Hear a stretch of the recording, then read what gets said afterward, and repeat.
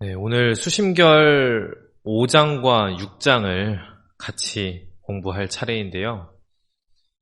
근데 이제 저번 시간에 한번 말씀드리긴 했었는데 이게 4장과 사실은 쭉 이어진 내용입니다. 근데 워낙 길어지니까 지난 시간에 4장을 따로 하고 오늘 5장, 6장을 하게 되었는데요. 그래서 먼저 4장 내용을 한번 쭉 훑어 보겠습니다. PPT를 띄워주시겠어요? 그래요. 자, 4장 앞에서 처음에 제가 말씀드리기를 가운데로 오세요. 이 수심결은 질문과 답변으로 이루어져 있다. 그래서 그 질문과 답하는 것을 이제 우리가 함께 보면서 우리도 같이 이런 깨달음을 얻고 지혜가 밝아지는 그런 구성을 취하고 있다고 이야기를 했습니다. 이게 여담인데 사실은 제가 수심결을 준비할 때마다 점점 길어지는 것 같아가지고 이게 왜 이렇게 길어지면 안 되는데 했는데 조금 위안을 얻은 게 유튜브에서 제가 수심결을 한번 찾아봤거든요. 다른 사람들 어떻게 하는지. 근데 막 1시간 반씩 하더라고요. 그래가지고 조금 위안을 얻었습니다. 남들도 다 길게 하는구나. 이게 조금이라도 더 쉽게 하려다 보니까 그런 것 같습니다. 양해를 해주시기 바랍니다. 자, 4장에서 이 질문하기를 만일 불성이 현재 이 마음에 있다고 하는데 분리신중이라고 했는데 다음으로 이미 몸 가운데 있느라 이 범부를 여의지 아니하였다. 근데 어찌하여 나는 이 불성을 보지 못하는가? 이미 몸 안에 있다면서 왜 나는 못 보는가에 대한 답변을 그래서 다음 넘어가 주세요. 답하기를 그래서 다시 나를 위해 분명히 해석을 해줘서 내가 깨치게 해달라 이렇게 얘기를 합니다.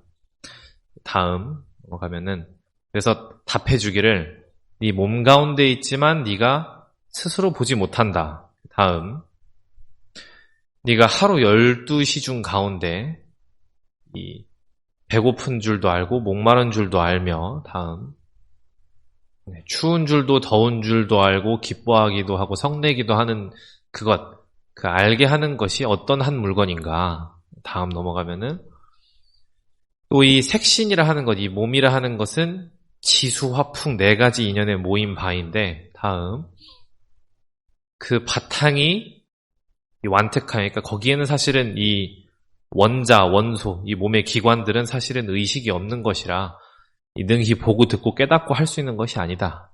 그 다음 능히 보고 듣고 깨닫고 아는 그것이 너의 불성이다 해서 제가 지난달에 이 불조유경을 할 때 무엇이 우리의 의식인가, 의식이란 어디에서 오는 것인가라는 것에 대해서 이야기를 한 적이 있습니다. 다음으로 넘어가 주세요. 그러므로 임재선사가 이르기를 다음 이 4대 지수화풍이 법을 설할 수가 없고 또 법을 들을 수가 없다. 다음 허공이 법을 설하지도 못하고 법을 듣지도 못한다. 다음 다만 너의 눈앞에 영역히 홀로 밝아. 다음 형상할 수 없는 것, 이 물형단자라야만이 비로소 법을 설하고 듣고 이해할 수 있다 라고 이야기를 하였습니다.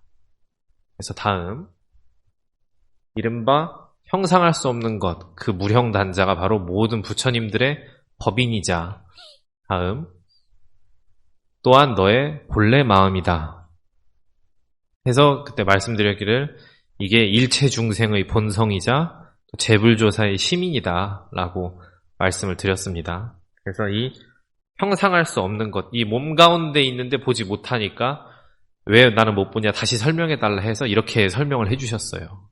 다음으로 그래서 그 다음에 5장으로 쭉 이어져서 옵니다.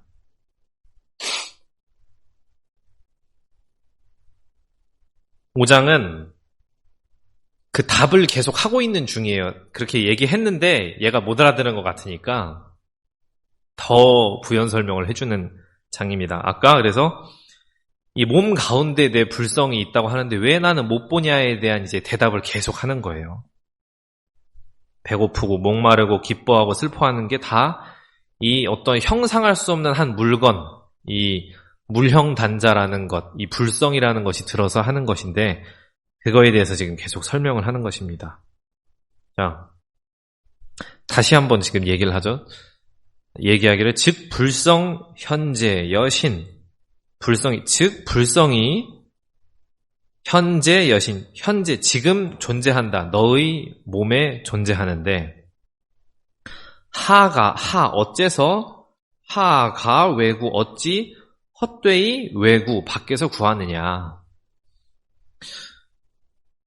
여약 불신 다음 여약 불신 네가 만약 믿지 아니하니까 이게 영어로 치면 이제 if 구문이다. if 만약 네가 뭐뭐 해서 뭐뭐 한다는 if 네가 만약 믿지 아니하니까 약거 간략하게 이제 열거하겠다는 거예요. 약거 무엇을 고성 입도 인연 뭐냐면은 이제 고성 오랜 과거의 성인들의 입도 인연 이 도문에 들어온 인연 이것은 사실은 도문에 들어온 뭐 출가 인연 이런 게 아니라 어떻게 깨달음을 얻었는지에 대한 그 이야기입니다. 어떻게 이 깨달음의 문에 과거의 성인들이 깨달음을 얻었는가 해서 그 예시를 간략하게 열거를 하여서 다음 영여제의 너로 하여금 제의 의심을 제거하게 할 것이니까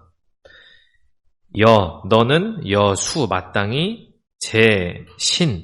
여수 채신 마땅히 진실로 믿어라. 그러니까 이 앞서 4장에서 이 불성이라는 것이 어떤 이 의식이라는 것이 무엇인지에 대해서 이 들어서 아는 것, 이 기뻐하고 슬퍼하고 배고파하는 이 한 물건이 들어서 하는 것에 대해서 설명을 했는데 얘가 영 모르는 것 같으니까 내가 그러면 옛날 성인들이 어떻게 깨달았는지를 너한테 좀 예시로 열거를 해줘가지고 네가 그 의심을 제거하게 만들어주겠다. 이런 내용입니다. 근데 그 열거를 한다고 하셔서 저는 되게 여러 개를 열거하실 것처럼 들리지만은 2개 얘기를 하십니다. 2개. 예시가 2개가 있습니다. 그래서 2개의 예시를 통해서 우리가 다시 한번 불성이 무엇인가, 우리 본성이 무엇인지에 대해서 한번 알아보자 하는 말씀입니다. 자, 다음으로 넘어가면은 자, 예시 1번입니다. 예시 1번. 이견왕, 이 석 하면 옛날 옛적에 이런 말입니다. 이견왕 문 바라제 존자 왈. 그러니까 이견왕이라는 사람, 이견왕은 옛날에 그 달마대사의 조카입니다. 조카. 그리고 바라제 존자는 달마의 1대 제자가 누구였는지 혹시 기억하세요? 다들? 달마의 제자가 중국에서 그 제자가 해가라는 팔을 잘라서 자기의 신앙심을 보인 해가 스님인데 바라제 존자는 이제 달마대사가 인도에 있을 때 제자입니다. 인도에 있을 때 달마대사 조카가 달마대사 제자한테 물어본 거예요. 이견왕이 바라제 존자라는 사람한테. 다음 하자시불 하자 어떤 것이 시불 이것이 부처입니까? 어떤 것이 무엇이 부처입니까? 하고 물었어요. 다음 존자가 말하기를 견성시불 성품을 보면 부처입니다. 견성을 하면 부처입니다. 라고 이야기를 해요. 그러니까 다음 다시 이제 왕이 말하기를 왕왈 사견성부 마지막에 이 부가 의문문을 만드는 의문사예요. 이 뭐뭐입니까 아닙니까 라는 의문을 가진 그런 의문조사인데 그래서 왕이 말하기를 스승님은 견성하셨습니까?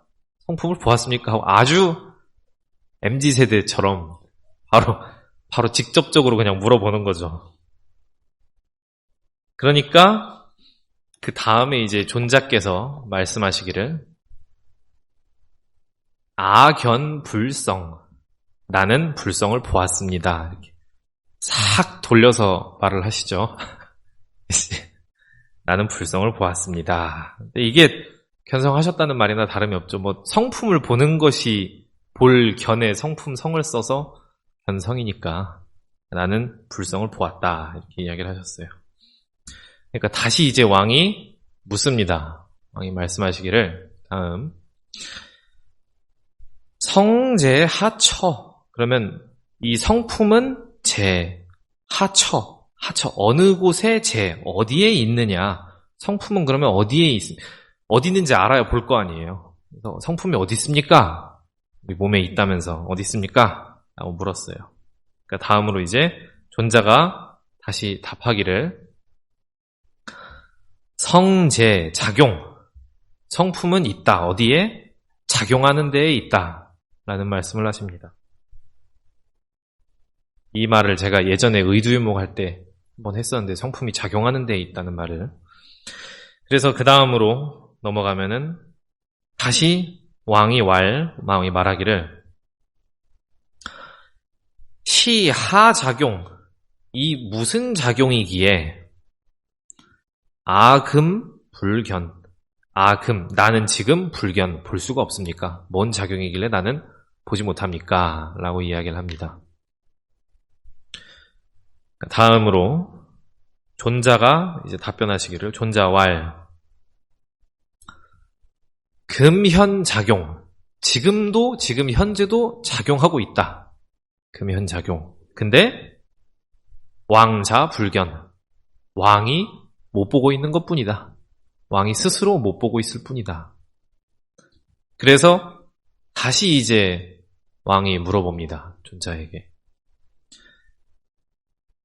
여기서도 이제 부로 끝나죠. 뭐뭐입니까 아닙니까? 그러니까 유부. 나에게도 그게 있습니까? 불성이 있습니까? 라고 이제 물어봐요. 그러니까 존자가 말씀하시기를 아까 성품이 작용하는 데 있다고 했잖아요. 왕약 작용. 왕이 만약 작용하면 무유불시. 이 시가 이제 대명사입니다. 여기서.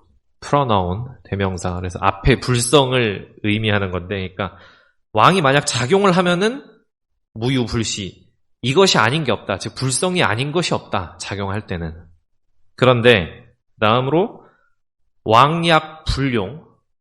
왕이 만약 불용, 작용하지 않으면 그러면 체역 난견. 채 역시도 보기가 어렵다. 이 몸체 또한 보기 어렵습니다. 라고 대답을 합니다. 이게 재미있는 표현이에요. 이게 성품이 성품을 보면 부처라고 하였는데 성품이 어디 있냐라는 질문에 대해서 성품은 작용하는 데에 있다. 라고 대답을 하셨어요. 성품이 작용하는 데 있다. 제가 예전에 의두요목을 말씀드릴 때 그런 얘기를 한 적이 있습니다. 대일교우님이 가수라는 거를 알기 위해서는 대일교우님이 어떻게 해야 되죠? 노래를 불러야 우리가 대일교우가 뭐 하는 사람인지를 우리가 알 수 있잖아요. 제가 지금 이렇게 법복을 입고 설교를 하고 있으니까 저 양반이 원불교 교문가 보다 하고 알지. 제가 그냥 어디 뭐 후드티 같은 거 입고 저기 명동 사거리 같은 데 있으면은 저 사람 뭐 하는 사람인지 아무도 몰라요. 즉 작용하지 않으면은 알 수가 없다. 성품은 우리가 작용하는 가운데서 그게 무엇인지를 볼 수가 있다라는 것입니다. 제가 어제 홍대에 Just Be 템플이라는 절이 있어요. 이름이 굉장히 힙하죠. Just Be. 그저 있어라. 그저 그대로 이제 있는 그대로라는 Just Be 템플이라고 그런 절이 있어서 이제 서울교구에 있는 다른 여러 젊은 교무들이랑 같이 거기를 방문해서 거기 스님을 만나고 하는 시간이 있었어요. 거기는 젊은 스님들 한 열댓 명이 이제 모여서 사는 그런 곳인데 처음에 굉장히 낯설더라고요. 한 20, 30대처럼 보이는데 한 10명 넘게 있는데 다 머리를 빡빡 밀고 있는 거예요. 굉장히 낯선, 홍대에서 굉장히 낯선 경험이라 가지고 좀 당황했었는데, 이제 거기는 좀 약간 요즘 트렌드에 맞는 이런 힙한 사원의 느낌? 그래서 뭐 이런 설교나 연불 말고도 좀 뭐 태극권, 타이치, 요가, 프리댄스 뭐 이런 것들을 통해서 그런 걸 통해서 이렇게 불교와의 체험을 할 수 있게 만드는 그런 소통의 장으로 이렇게 만들어진 곳이더라고요. 만들어진 지 그렇게 오래되지 않았습니다. 1년이 채 안 되는 것 같은데. 근데 이제 거기 있는 그 주지 스님이라고 할 수 있는 준한 스님이라는 스님이었는데 그분과 이제 대화를 하는 시간이 한 1시간 반에서 2시간 정도 있었어요. 그 스님이 이런 얘기를 하더라고요. 되게 재밌는 기억에 남는 말인데 부딪혀야지 내 모습을 볼 수 있다. 더불어 살 때 그 속에서 내 모습을 볼 수 있지 산속에서 수행만 하고 있어서는 의미가 없다. 부딪히는 가운데 그래서 우리는 이 10명 되는 이 스님들이 여기서 살면서 거기서는 그냥 살아가는 것 자체를 함께 공동생활하는 것 자체를 치열하게 이렇게 공부하고 수행하는 거라고 표현을 하더라고요. 근데 이게 수심결에서 말한 이 성품이 작용하는 데 있다는 말과 정확히 일치하는 말이거든요. 산속에 나 혼자 있으면은 아무 경계도 없는 곳에서 이렇게 그냥 고요하게 살고 있으면은 이 나의 모습이 드러나지 않는 거예요. 여러 사람과 어우러져 살면서 또 일을 하면서 그 가운데서 즉 끊임없이 작용하는 가운데에서 내 참 모습이 드러나고 그 속에서 성품을 확인할 수 있는 것이다. 라는 이야기입니다. 내가 어떤 사람인지는 그래서 이 작용 속에서만 알 수 있는 것입니다. 우리가 요즘 MBTI를 많이 하는데 MBTI가 사람들과 관계를 맺지 않는 사람에게는 아무 소용이 없죠. 거기 질문을 하잖아요. 어떻게 작용하면서 사는지를 질문하는 문구들이란 말이에요. 내가 외향적인 사람인지, 내가 내향적인 사람인지, 내가 직관적인 사람인지, 내가 공감을 잘하는 감성적 사람인지, 사고형인지, 아니면 내가 뭐 계획을 꼼꼼하게 세우고 세밀한 사람인지, 내가 그냥 그때그때 즉흥적으로 살아가는 사람인지 그런 나의 모습조차도 MBTI에 내가 뭐 인프제인지 뭐 이프제인지 뭐 N팁인지 사람들과 작용을 하고 관계를 맺어봤을 때 그 답변을 하고 이게 내 MBTI가 뭔지 알 수 있는 것이지 사람들 속에서 살지 않는 사람은 사실 MBTI를 알 수가 없어요. 같은 맥락에서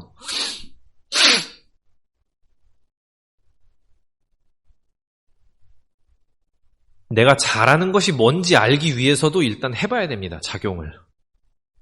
우리가 이 적성이 뭔지에 대해서 고민을 할 텐데 내가 과연 뭘 잘하고 뭘 못하는지 예를 들어 지금 우리 현승교우님이랑 도영교우님은 개발자가 되려고 하는 사람이니까 내가 뭐 클라이언트가 적성인지 서버가 뭐 프론트엔드인지 백엔드인지 내가 모바일인지 웹인지 내가 어느 적성을 가지고 어느 분야 개발자가 될지는 내가 해봐야 알 수 있는 거예요. 학교 다니면서. 해보면서 과제도 해보고 조별과제 해고 같이 이렇게 프로그램 짜보면서 아 나는 나중에 클라우드 쪽으로 가야겠다. 나는 뭐 웹 쪽을 해야겠다. 이런 식으로 적성을 그렇게 아는 거죠.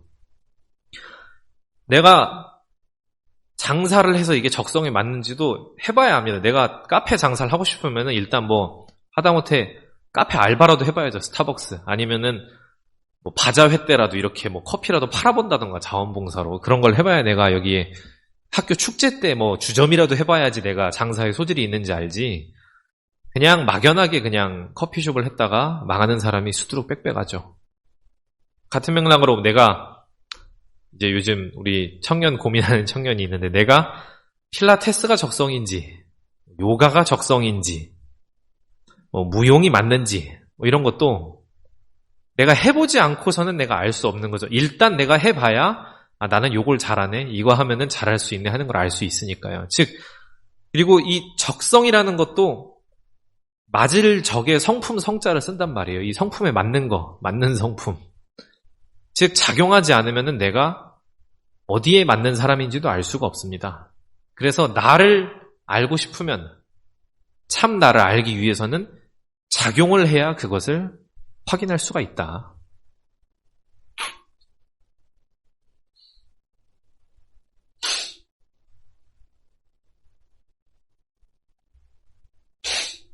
그리고 이것이 과학에도 적용이 됩니다.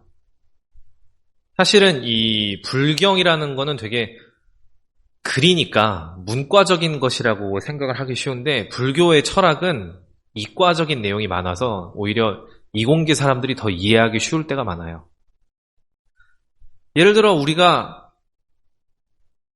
햇빛이 내리쬐는데 자외선이 존재한다는 거는 작용으로밖에 확인할 수가 없거든요. 왜냐면 눈에 안 보이니까, 자외선은. 그래서 자외선입니다. 자주색 밖에 있는 선이라서. 눈에 보이는 선은 이제 가시광선이라고 하죠. 눈으로 가시, 볼 수 있는 광선이다 해서. 근데 눈으로 안 보이니까 자외선을 통해서 이제 뭐 살이 타고 뭐 이런 뭐 그런 여러 가지 작용을 통해서만 우리가 자외선 UV의 존재를 우리가 알 수가 있는 거예요. 자연 현상 중에도 사실 우리가 많은 것들을 사실은 작용을 통해서밖에 확인할 수가 없습니다. 우리가 눈으로 이렇게 탁 봐서 확인할 수 있는 이 시각의 세계는 굉장히 협소해요. 그리 많지 않습니다. 작용할 때만 볼 수 있는 것이다. 거기다가 이제 그 다음 한번 넘어가 주시겠어요? 우리가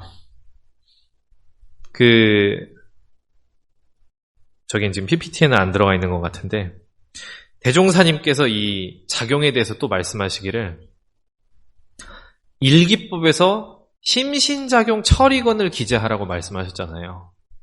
물론 이 심신작용 처리건을 기재함에 따라는 기재하는 뜻이 뭐인가에 대해서는 일기법에서 당일의 시비를 감정하여 죄복의 결산을 알게 하고, 지금 유인물엔 있을 겁니다. 그리고 시비 이해를 밝혀 모든 일을 작용할 때 취사의 능력을 얻게 하며, 네, 조은교인 지금 5페이지 하고 있습니다. 네. 근데 이 취사의 능력을 얻게 하며 했는데 시비의 감정을 한다고 했죠. 근데 여기서 왜 심신작용이라고 했잖아요. 마음심의 몸신. 그러니까 마음과 몸이 작용할 때 이제 또 내 성품이 드러나고, 그 성품이 작용하는 것을 또 이제 작용해서 어떻게 처리하는지를 기재를 하란 말씀이십니다. 기재를. 작용하지 않으면은 처리도 안 되고 우리가 뭘 적을 수도 없죠.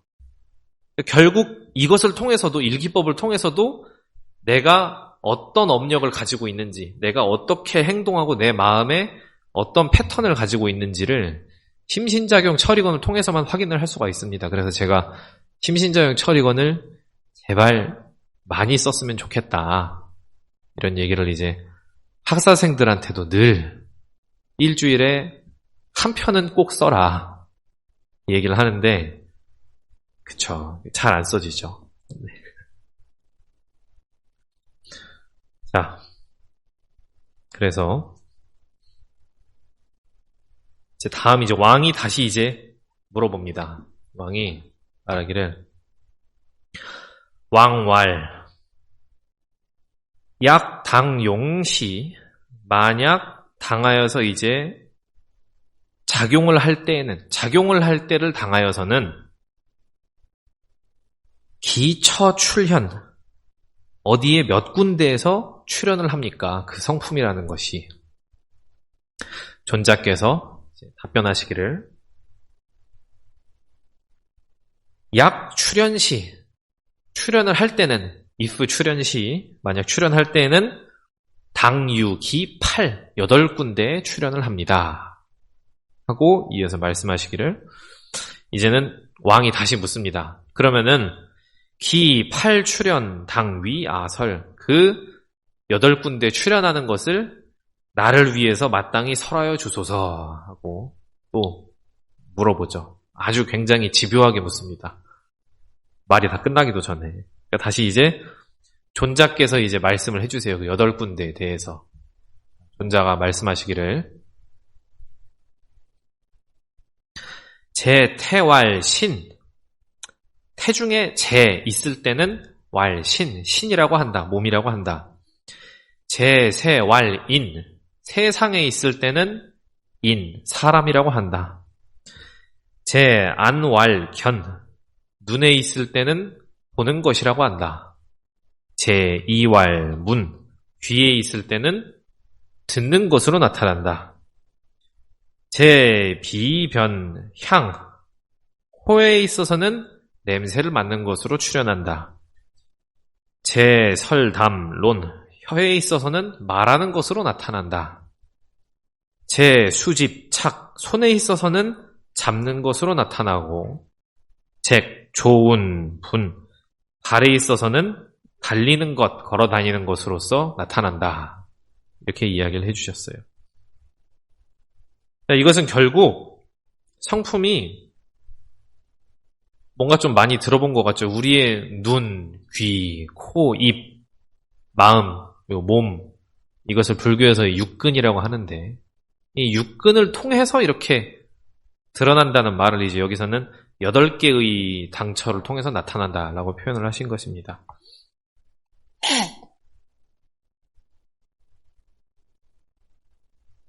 그래서 그것들이 그리고 이 작용하게 만드는 것은 한 물건. 그러니까 지금 제가 말하는 걸 듣고 있는 종은교가 이렇게 듣고 있는 이 그 한 어떤 무엇인가가 있는데 그것으로 인해서 이 내가 듣고 있다는 것이 귀로는 이제 듣는 것으로 나타나는 것이고 눈으로는 보고 있는 것으로 나타나는 것이고 그렇게 작용하면서 본래의 나, 내 진짜 나, 참 나가 드러난다는 것입니다. 그렇기 때문에 과거 이 스님들도 이 작용하는 것들을 통해서 우리에게 진리를 깨우치게 하려고 노력을 하셨어요. 그래서 지난 시간에 그런 얘기를 제가 말씀드렸죠. 임재선사가 바로 전 4장에서 임재왈이라고 하여서 임재선사 말이 나왔는데 임재선사가 이렇게 막 고함을 지른다고 했잖아요. 막 하면서 소리를 지르는 것이 소리를 강하게 하고 지르면은 귀로 들으니까 그때 귀로 들으면서 이 아는 것이 무엇인가 그리고 이렇게 이 몽둥이로 때리면은 또 맞으면서 몸이 이제 느끼니까 지금 무엇이 아파하는가 몽둥이로 맞고 있는데 그 감각을 통해서 확 깨우치게 하려고 한 거예요. 감각을 통해서. 그게 이 8가지 8처를 통해서 이 6근을 통해서 우리가 성품이 작용되기 때문에 그 작용되는 곳으로 성품을 깨닫게 만들려고 하셨던 겁니다. 과거의 스님들은. 우리가 이 6근을 통해서 목마르다, 배고프다, 냄새가 고약하다 이걸 다 알게 하는 그것 이 6근이 작용하게 만드는 그것은 결국 다른 것이 아니다. 이 코가 저번 시간에 말씀드렸잖아요. 코가 의식이 있어가지고 이 냄새를 맡는 것이 아니고 코는 그냥 냄새를 맡는 기관이잖아요. 근데 오늘 교당에서 저녁에 맛있는 거 먹었나 보네 하고 맛있는 냄새가 나. 근데 그거를 알고서 같이 판단을 내리는 거는 나의 의식이잖아요. 나의 의식이 이거는 맛있는 냄새, 참기름 냄새, 구웠나 하고 생각을 하는 거지. 코는 그냥 점막 세포들이 냄새를 맡았을 뿐입니다. 눈으로 보고 오늘 간식이 맛있어 보이는데 눈은 그냥 봤을 뿐이잖아요. 저게 맛있어 보인다라고 판단을 하는 거는 나의 의식입니다. 근데 이 의식이라는 것이 뭐라고 설명하기 힘든 그것이다. 불성이다. 성품이다. 라고 지금 표현을 하는 거예요. 지금 우리는 계속 이 성품이 무엇인지에 대해서 지금 계속 이야기를 하고 있는 것입니다. 근데 성품이 작용하는 곳에 있다. 근데 그 작용이 어떻게 나타나냐? 이 육근을 통해서 나타나고 세상에서는 몸과 사람으로서 나타난다라고 지금 이야기를 하고 있습니다. 그래서 이제 그 다음 페이지를 한번 보면은 다음으로 넘어가면은 우리가 지난 시간에도 그래서 이 이론상 법어를 같이 읽었었어요. 왜냐하면 이 이론상 법어 내용이 이 수심결의 5장 내용과 정확히 이제 맞들어가는 내용이기 때문에 같이 한번 읽어볼까요? 자, 먼저 이론상이 하나가 있죠. 정전 교의편 이론상장의 이론상 법어 부분입니다.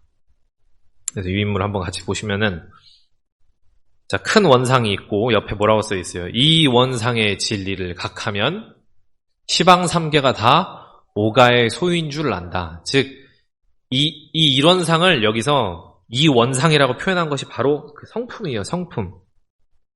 성품을 뭐라고 표현하기 어려우니까 그 특성을 따서 이 원으로 표현을 한 겁니다. 근데 이 원상의 진리를 각하면, 즉 견성을 하면, 성품을 보면 말을 하죠. 시방 3개가 다, 모든 이 세상이 오가는 내 집입니다. 그러니까 내 소유인 줄을 안다는 거예요. 내 것이다, 세상이. 그 다음, 또는 우주 만물이, 같이 읽어보죠. 이름은 각각 다르나 둘이 아닌 줄을 알며, 또는 재불조사와 범부 중생의 성품인 줄을 알며, 즉 우주 만물이 이름은 다르지만 다 하나다. 그리고 여러 모든 부처님이나 큰 스님이나 교무님이나 우리 아람교당 식구들이나 다른 사람들이나 그 모든 사람들의 성품이 바로 이것인 줄을 알며, 다음으로, 또는 생로병사의 이치가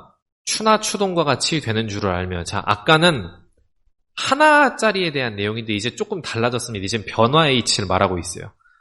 사람이 태어나서 늙고 병들어서 죽는 그 이치가 마치 봄, 여름, 가을, 겨울의 사계절과 같이 이루어지는 것을 알고, 또 그 다음으로 인과보응의 이치가 음양상승과 같이 되는 줄을 알며, 즉 인과보응의 이치가 우리 대류의 흐름에서 공기가 뜨거운 것은 위로 가고 차가운 것은 아래로 떨어지는 것처럼 그와 같이 인과보응도 이루어지는 것을 알며, 다음, 또는 원만구족한 것이며 지공무사한 것인 줄을 알리로다.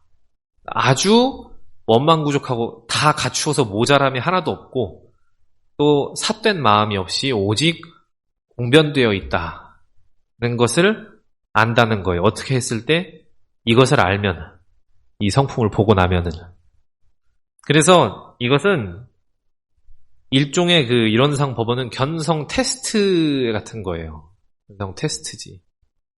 패스 오어 페일 과목입니다. 그래서 만약에 여러분이 이렇게 내가 공부를 하면서 나 좀 견성한 것 같은데 하면은 이제 이론상 법어를 한번 보시는 거예요. 그래서 이 내용이 두 생각을 넘지 않고 그렇지, 방금 읽은 내용이 정말 이렇다 라고 바로 내가 받아들여지면은 정말로 견성을 한 것이고, 뭔 소리야. 그래서 이제 좀 뭐 법문을 찾아볼까? 이제 막 다른 사람 영상 설교한 거 막 찾아보고 하면서 그래서 하면은 이제 그거는 견성이 아니에요. 그래서 견성했는지 안 했는지를 내가 알고 싶으면은 이거를 이제 보면 됩니다. 그래서 이제 다음 장부터 다음 넘어가면은 이제 동그라미가 작은 동그라미들이 이제 있습니다. 6개가. 그러면서 하나씩 다 읽어봅시다.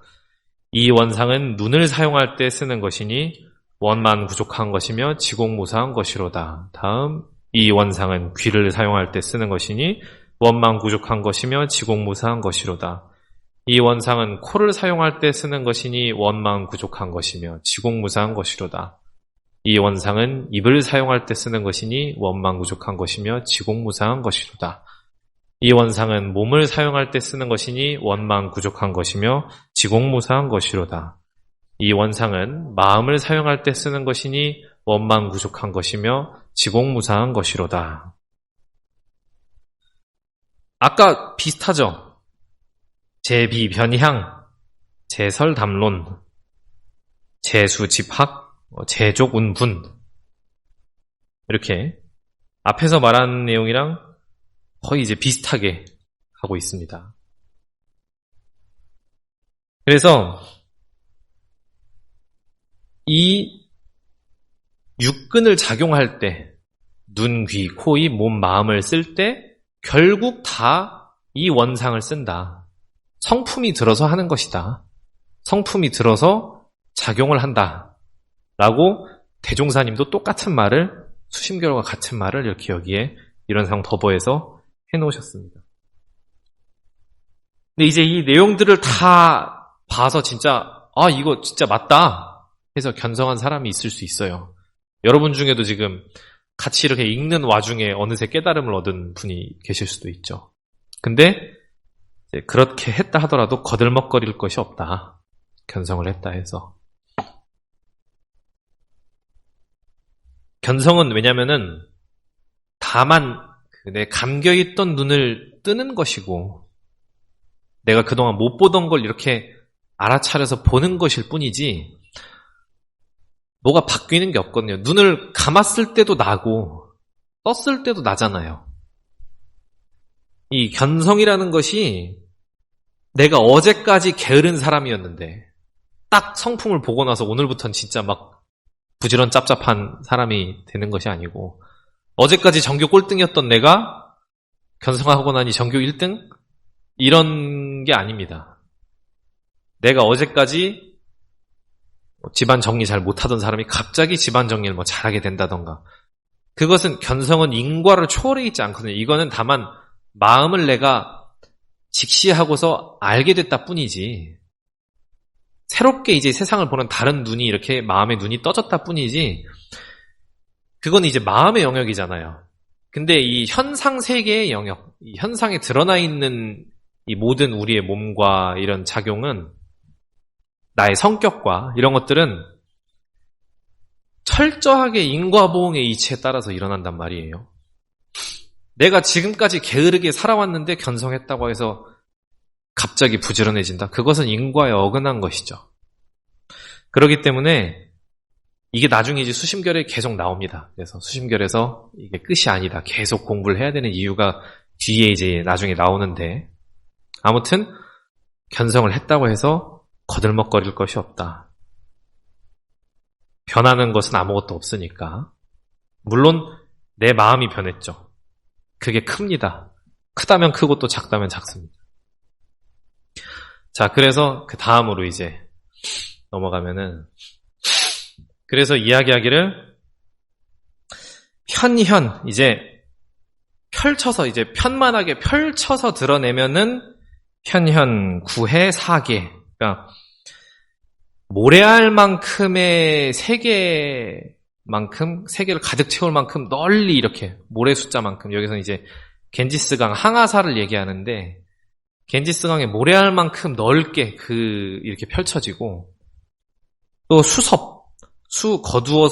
거두어서 이렇게 드리면은 제1미진 이 가느다란 티끌 하나에 들어갈 정도로 작게 거두어 드릴 수 있는 것이 이 우리의 본래 마음이다 라는 거예요.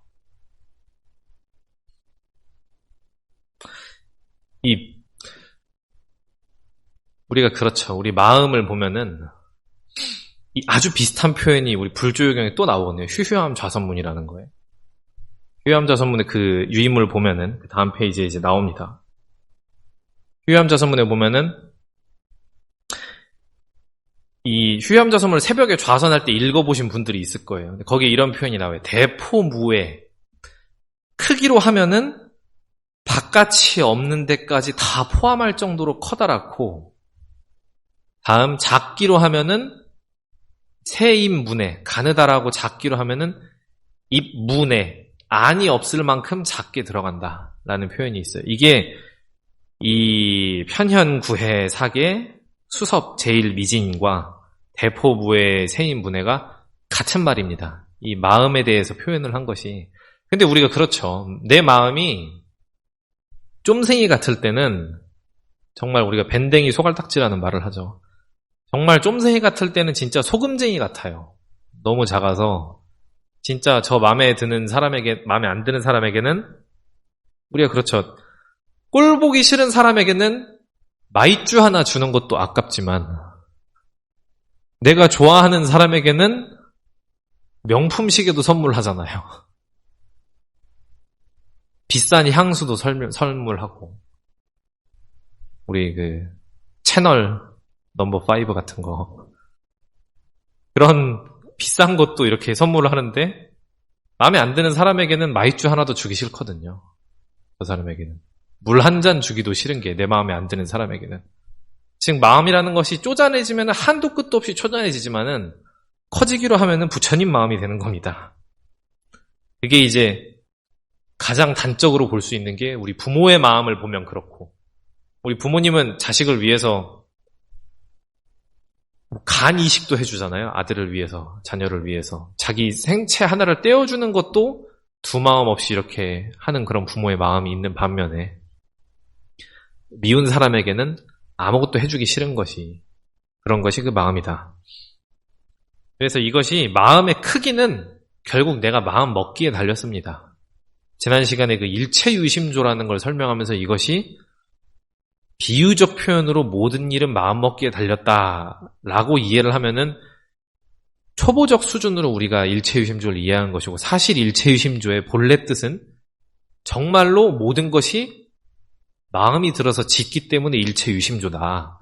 근데 왜 그러한가를 여러분이 알게 되면은 그때는 진짜 견성한 것이다라고 말씀드린 적이 있는데,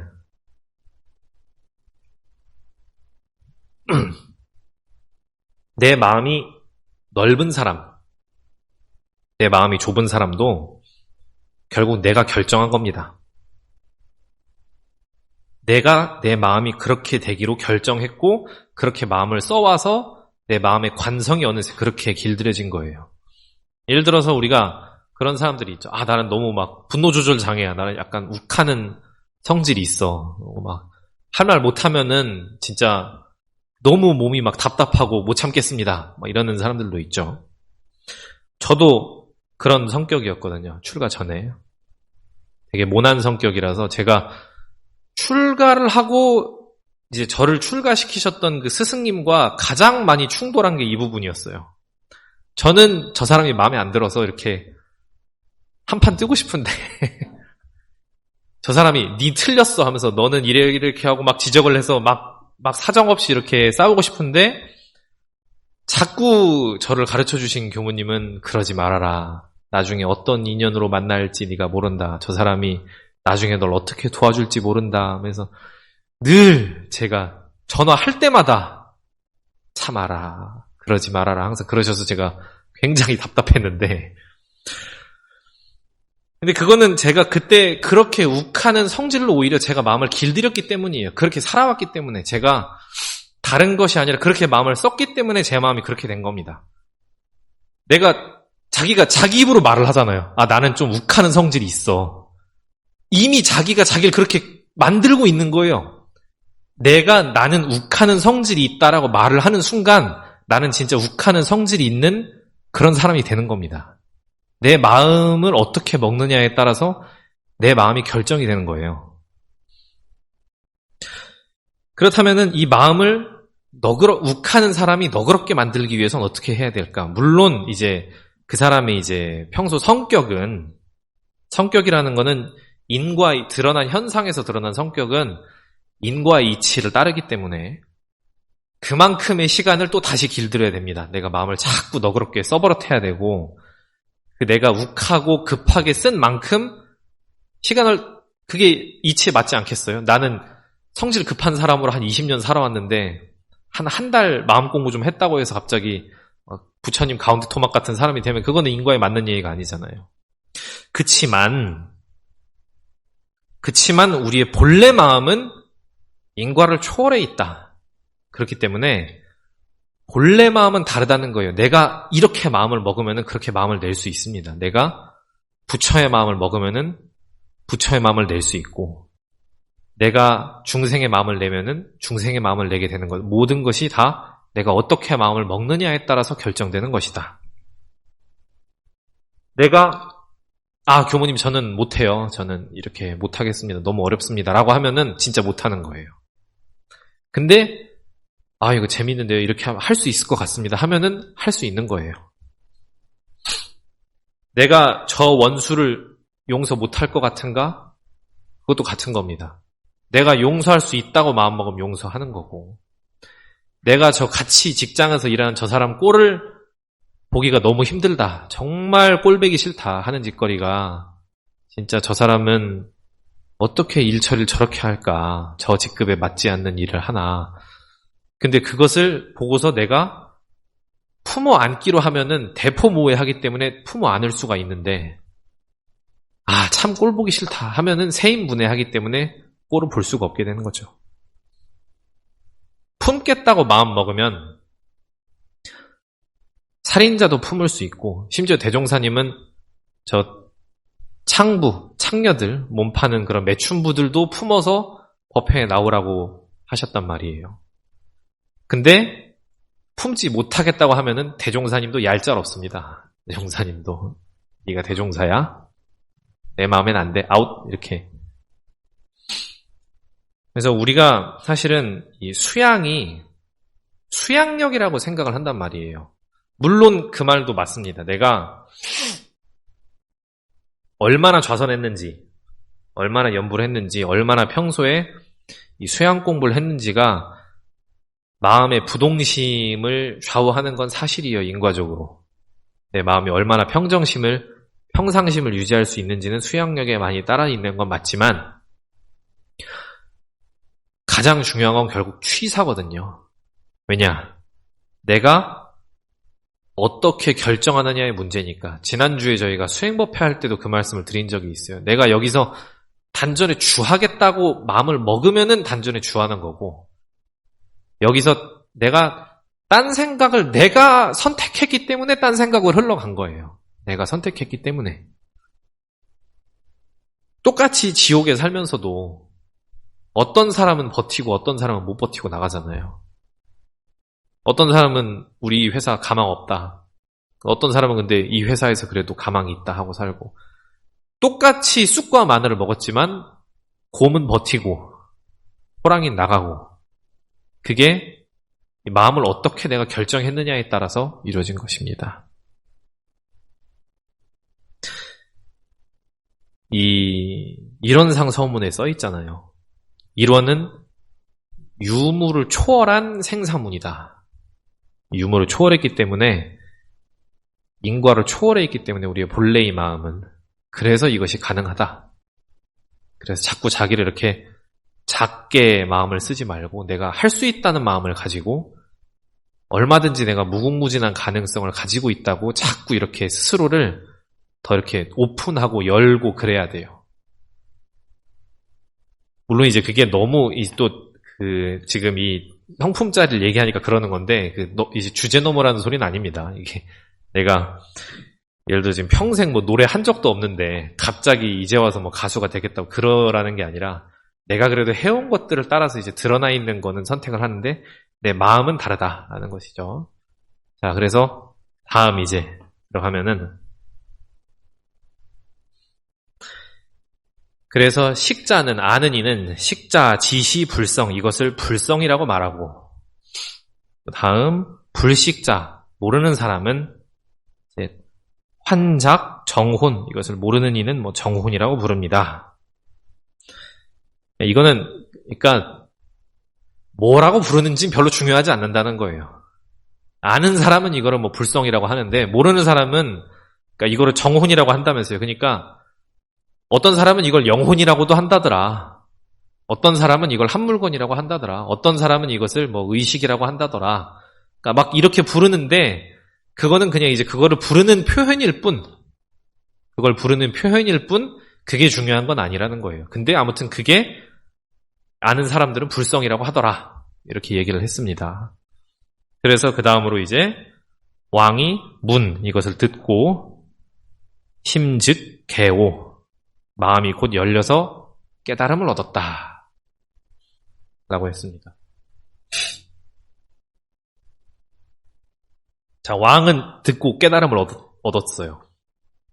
여러분은 이제 어떻게 깨달음이 얻어진 것 같아요? 자, 그래서 바로 다음 예시가 하나 더 준비되어 있습니다. 그래서 진울 스님이 요럴까봐 예시를 하나 더 들어주셨네요. 자, 이제 다음 예시로 이제 넘어가겠습니다. 자, 우승, 또 어떠한 그 승려가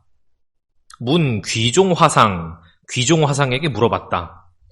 하자 시불, 무엇이 부처입니까? 똑같은 질문이죠. 처음에 아까 이견왕도 바라제존자한테 무엇이 부처입니까? 이렇게 물었잖아요. 여기도 똑같은 질문을 다른 사람이 했어요. 여기서 귀종화상이라는 사람은 제가 옛날에 육조 해능 스님에 대해서 얘기한 거 기억나나요? 중국인들이 좋아하는 스님, 해능 스님. 근데 그 해능 스님의 제자의 제자입니다. 해능 스님의 제자, 남학 회향 스님의 제자, 마조 도일의 제자, 귀종지상이라는 분이 이 귀종화상인데, 아무튼 그 중국 이 선불교의 정통성을 이어받은 뛰어난 스님이다라고만 여러분이 기억을 하시면 되겠습니다. 이분의 역사적인 사실에 대해서까지 알 필요는 없고, 아무튼 귀종화상에게 어떤 중이 한 승려가 물었어요. 하자십을 무엇이 부처입니까? 하니까 그 다음 종운 귀종이 말하길, 아금 향여도, 너에게 지금 그것을 이루고자 하는데 공여불신, 공포스럽다. 무엇이? 네가 여불신, 믿지 않을까봐 두렵다. 그래서 그 다음에 이제 승려가 또 다시 말해요. 승우 중이 말하기를, 화상 성언 언감불신, 이 화상의 이 진실된 이 성이 이제 정성, 진실된 이 정성성자가 이제 진실된 말, 정성스러운 그 말을 언감불신, 우리가 언감생신이라고 하죠. 언감불신, 어떻게 감히 불신, 믿지 아니하겠습니까? 라고 이야기를 해요. 자기는 믿는다는 거죠. 그러고 나니까 이제 답을 합니다. 다음으로 사운, 그 스승이 대사가 이르기를, 즉 여시, 바로 너다. 바로 네가 시, 그것이다. 네가 부처다. 라고 이야기를 합니다. 자, 앞서 바라제존자는 아까 그 부처가 무엇입니까? 라고 얘기했을 때 뭐라고 대답했죠?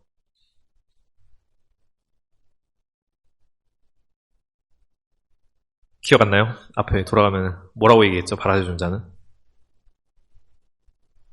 견성을 하면 부처다. 그리고 견성을 하면 부처인데 이제 그 견성을 하려면은 어디 그럼 성품이 있냐? 성품은 작용하는 데 있다. 이렇게 말했어요. 바라제존자는. 근데 이 귀종화상은 좀 심플하죠. 바로 니다. 이렇게 얘기를 하잖아요. 바로 네가 부처다라고. 근데 이 스승님들마다 가르쳐주는 방법이 다 다른 거예요. 이걸 보는 것도 참 재밌죠. 근데 귀종화상이 여기서 하나 두려워한 게 있어요. 그게 뭐죠? 뭘 두려워했죠? 네가 믿지 않을까봐 나는 두렵다라고 했습니다. 이 대답을 해주기 전에 네가 안 믿을까봐 무섭다라고 하고, 그래서 이 사람이, 이 중이 믿습니다라고 하니까 네가 부처다라고 말을 해주죠. 이 믿음을 확인하고 난 뒤에 알려줍니다. 여기서 우리가 알 수 있는 것이 이 믿음에 대한 문제예요. 믿음. 이 믿는 마음이 없으면은 아무리 정답을 말을 해줘도 답을 받아들이지 않습니다. 앞서 말한 일체유심조랑 똑같은 말이에요. 내가 마음을 결정해서 이걸 믿는다고 결정하느냐, 믿지 않는다고 결정하느냐에 따라서 그 가르침을 받아들일 수 있느냐 없느냐가 달라지는 거예요. 그래서 귀종화상이 네가 안 믿을까 두려워하는 것입니다. 왜냐, 믿지 않으면은 내가 네가 부처라고 말을 해준들 깨달을 수 없으니까. 이게 남의 이야기가 아닙니다. 이 귀종화상과 그 승려 이야기가 아니에요. 우리도 똑같아요. 저도 수행법회 할 때 늘 느낍니다. 눈을 감으라고 하면은 눈을 뜨고, 눈을 뜨고 좀 하라고 하면 눈을 감고, 연부를 하라고 하면은 연부를 안 하고 가만히 있고, 손을 모으지 말라고 하면 모으고, 가슴을 너무 펴지 말라고 하면은 또 펴고, 숙이지 말라고 하는데 또 숙이고, 그러는 거지.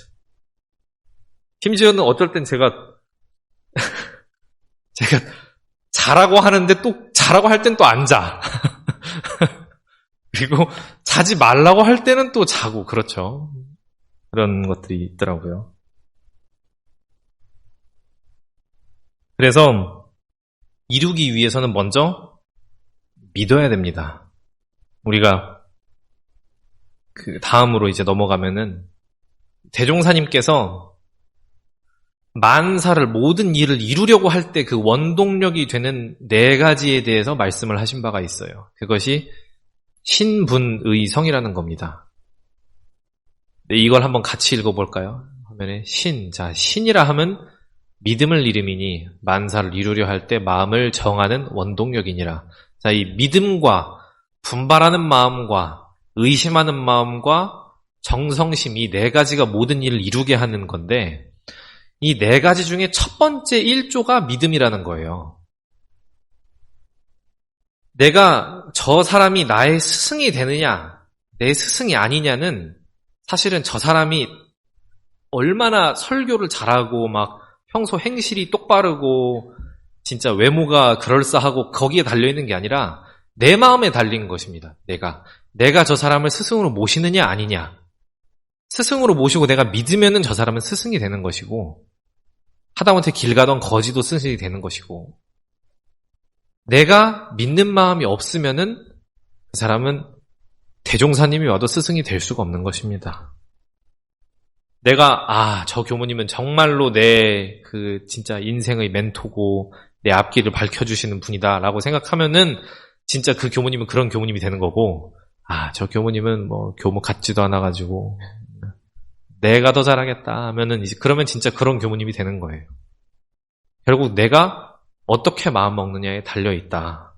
그래서 이 스승의 날에 스승의 은혜 노래 불러주고 뭐 롤링페이퍼 주고 이게 스승을 모시는 것이 아니라, 물론 이제 그것도 참 고맙게 받았습니다. 네, 감사한 일이었는데, 그렇지만 그것도 중요하지만, 그것도 좋지만, 진짜 이 스승을 모시는 것은 뭐냐? 진짜 스승의 날 다운 것은 그 스승을 믿고 따르는 것이 진짜 스승에게 도리를 다하는 것이다 라고 말씀을 드릴 수가 있겠습니다.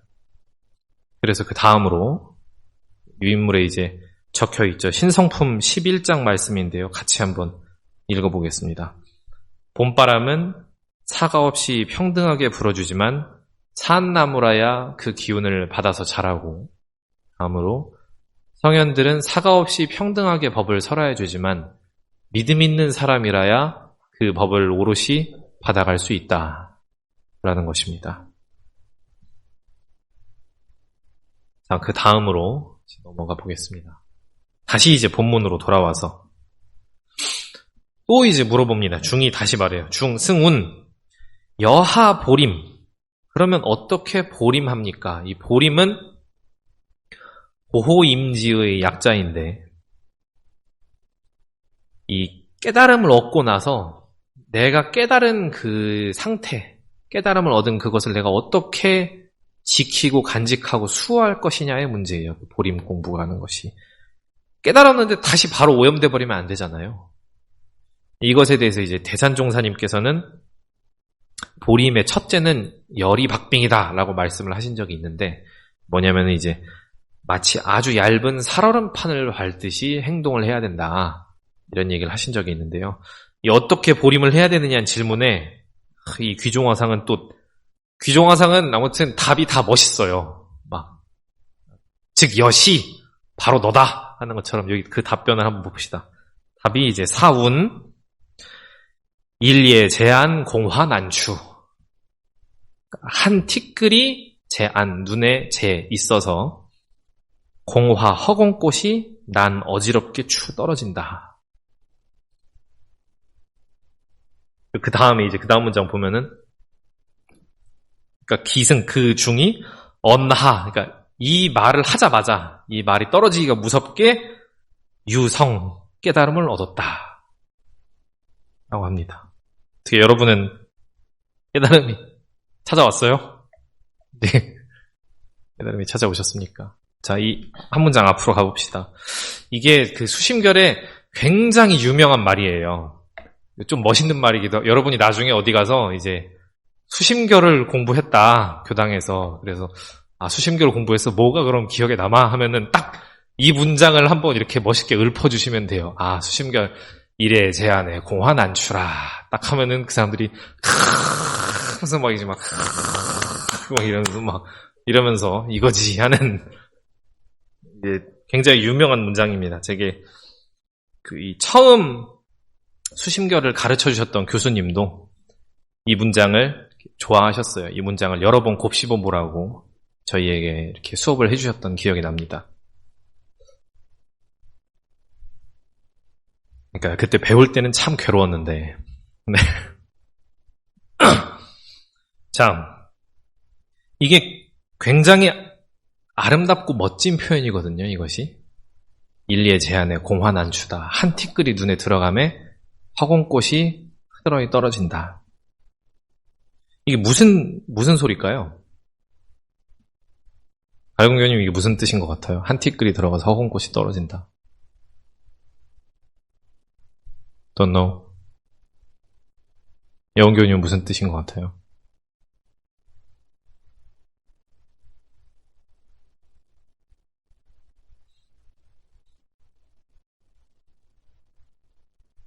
이래서 그 대종사님이 이래서 좀 풀어놓으신 거예요. 이것이 그래서 이제 불경이 한자로 이렇게 자꾸 이렇게 멋있게 표현을 하니까 오히려 이해가 어려워서 대종사님은 근데 좀 멋은 없어도 좀 이해가 좀 쉽게 설명을 해주셨죠.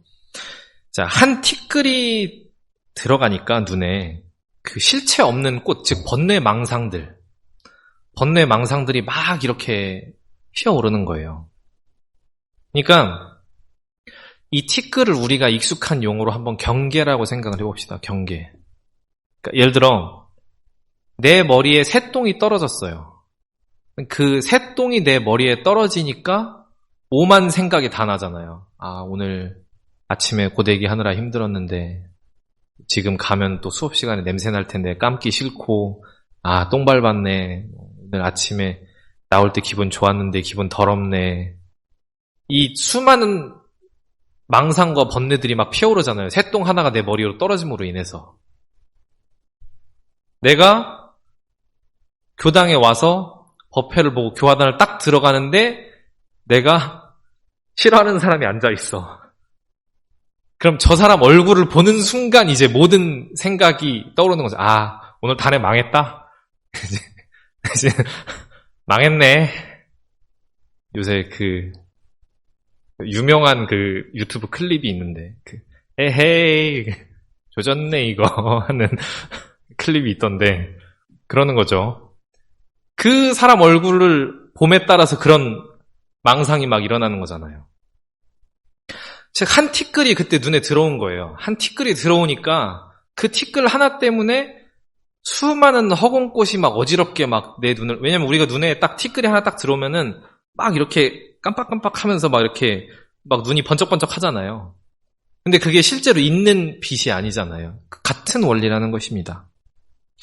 그러면은 우리가 어떻게 해야 되냐? 우리가 거기 그럴 때 두 가지 대응을 해야죠. 하나는 빨리 그 티끌을 빼야죠. 눈에서.